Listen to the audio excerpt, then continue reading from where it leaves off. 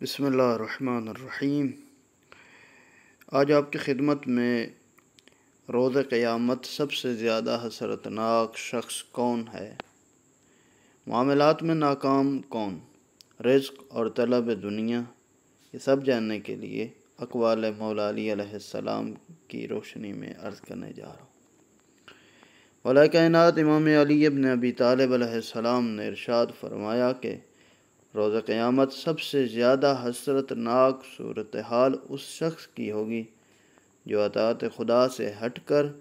مال حاصل کرے اور پھر اس کا وارث وہ ہو جائے جو اسے اطاعت خدا میں صرف کر دے کہ وہ اسی مال سے جنت میں چلا جائے گا اور کمانے والا اسی سے جہنم کا حقدار ہو جائے گا۔ معاملات میں سب سے زیادہ خسارے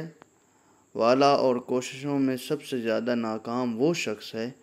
جو اپنے جسم کو مال کی طلب میں خستہ حال کر دے، پھر بھی مقدر ساتھ نہ دے کہ اسی طرح دنیا سے حسرتیں لے کر چلا جاتا ہے اور آخرت میں بہرحال اس کی پاداش کو وہ برداشت کرنا پڑتا ہے۔ رزق دو طرح کا ہوتا ہے، ایک وہ ہے جو خود تلاش کرتا ہے اور ایک وہ ہے جسے تلاش کیا جاتا ہے۔ لہذا یاد رکھو، جو دنیا کا طلبگار ہوتا ہے اس کی طلبگار موت ہوتی ہے، یہاں تک کہ اسے اس دنیا سے نکال باہر کرے، اور جو آخرت کا طلبگار ہوتا ہے دنیا خود اسے تلاش کرتی ہے یہاں تک کہ اپنا پورا حق حاصل کر لے۔